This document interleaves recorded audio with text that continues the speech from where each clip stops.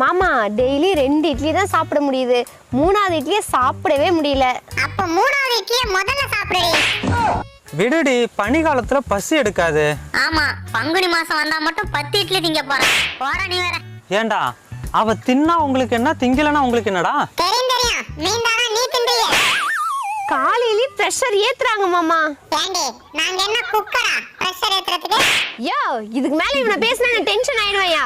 விடுடி, அவனுக்கு இட்லி தரலையான்னு வயித்தறிச்சல பேசுறானோ. அந்த இட்லியை தின்னிருந்தா தானே எங்களுக்கு வயித்துல எரிச்சல்.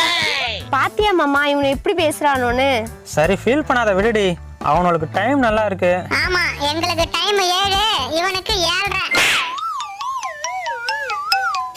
கோழிக்கு ஒரு காலம் வந்தா அந்த குந்தாணிக்கு ஒரு காலம் வருமா? நமக்கும் ஒரு காலம் வரண்டி.